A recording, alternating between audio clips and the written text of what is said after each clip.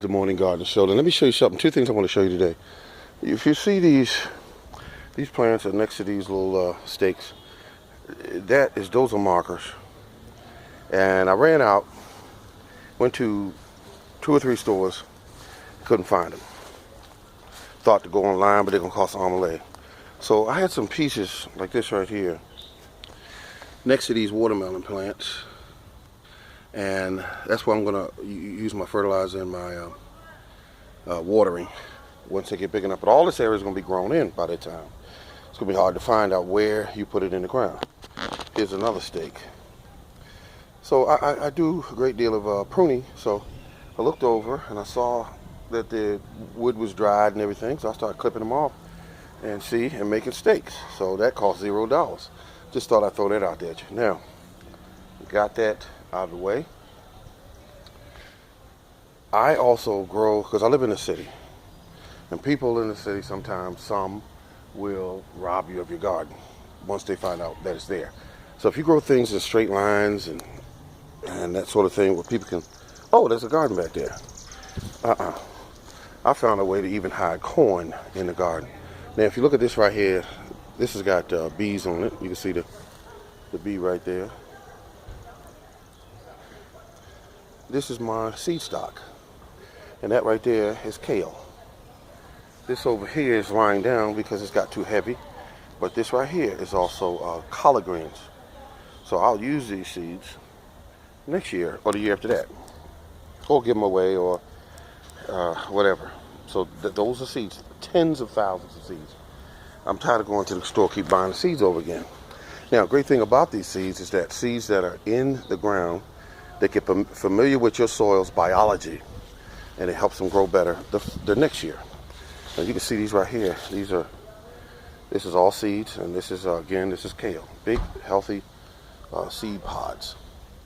Once they turn brown, I collect them, label them, date them in the packaging, and they'll be all set. So I have more seeds than I actually know what to do with. But if you look at all this, you can't find which are my plants and which are the weeds. Which are my plants and which are my actual weeds. I got some tall grass mixed in with some of my seed stock. I have, lo and behold, a fruit tree, a young fruit tree, which is right here. And you would never see that if you weren't a gardener. You would say, look at all these weeds back here. And everything is done like that. I have all these weeds up here. And the grapevines you can't hide because they're on stakes. And that's how they're going to be. They're going to be on stakes. And they just growing like crazy. This right here is almost 6 feet tall. Over here you can't hide these because, again, they're cherries.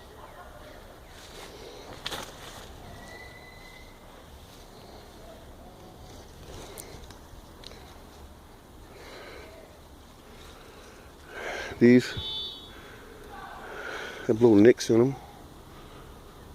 We'll see if there's any worms in them today. And then we got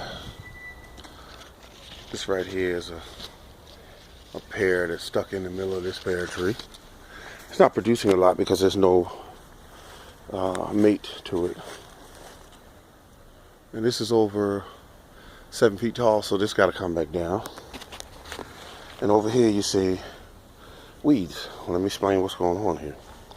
You got right here, you have a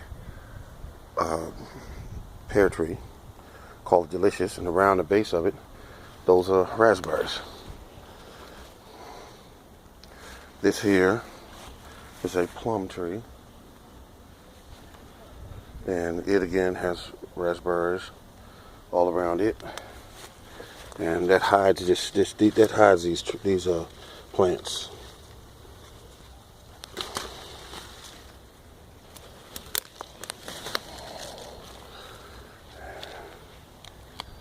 And that's it. And I'm not going to talk all day, so just wanted to let you see what's going on here. I walk through here.